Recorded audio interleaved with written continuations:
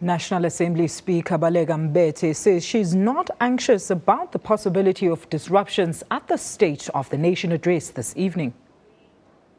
The EFF has threatened to force President Jacob Zuma to indicate when he intends to pay back a portion of the money used for non-security upgrades at his Nkandla private residence. Mbete says as a young democracy, parliamentarians are still learning how to interact with each other. She says the public shouldn't only use last year's chaotic disruptions to judge the Fifth Parliament. Well, for more on the current proceedings at the SONA, we now cross live to SABC reporter in Parliament, Ms. Abra Barbia. Abra, a very good afternoon to you. Please, let's start with the big news of the day. What was the scuffle at the EFF media briefing all about? Please tell us more. Alicia, good afternoon to you too. Yes, indeed, the EFF, well, not the EFF proper, but one of its MPs, Andile Mqitama, he and one of his colleagues, Kanyisile Litchfield Shabalala, also an MP at Parliament, they called a press briefing where they were supposed to make an announcement of some sorts. There was a massive media contingent there, as you can imagine, and when the two MPs entered the press conference, it ended up in fisticuffs. Basically, there were EFF supporters and members who said that Mqitama did not have the mandate to call this press conference under the EFF banner. He was then whisked away. Apparently, he had to flee for his life because they were really trying to have a go at him. So he's calling another press conference sometime today. We're obviously going to keep tabs on that and hopefully bring you more updates on that later on today. But I'm going to change tack slightly. I'm now going to speak to the ANC Chief Whip in Parliament, Mr. Stone Sizani. Chief Whip, thank you so much for joining us today. Sir, with everything else that's happening on the sidelines, the DA has now also announced that they will not be taking part in any pre-SONA events. Is this going to actually detract from what the essence of today is supposed to be? Well, they're trying very hard to find any issue, but they can't find any issue because we knew before today there was no need for a press conference for them to tell us they want to walk on the red carpet. What's in the red carpet anyway? It is for dignitaries. It is not to display anything. So what's the point?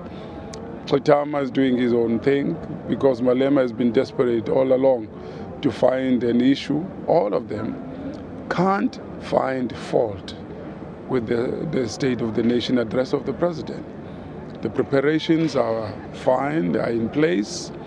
So all what is left now is for us to go into the House, 6 o'clock, say seated, the President will come in and address the nation. Guess what? They still want to disrupt that one. So on that very point, have ANC MPs been briefed in any way on how they should respond or behave in the event that they are provoked by other parties? This is an event of the nation. This is an event of the whole society. We are hosting international guests. We are hosting the judges and everybody.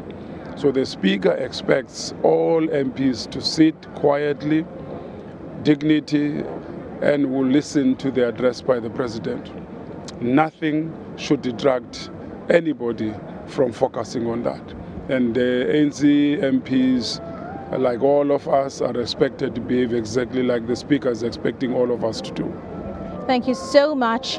Alicia, that was the ANC's Chief Whip in Parliament, Mr. Stone Sizani. Alicia? Abra, looking at the proceedings at this stage, paint us a picture of how things are unfolding. There's far too much speculation as to what's really happening there in Parliament. Give us the scope, please. Has there been any security reinforcements provided in case the disruptions occur? How will they deal with that, Abra?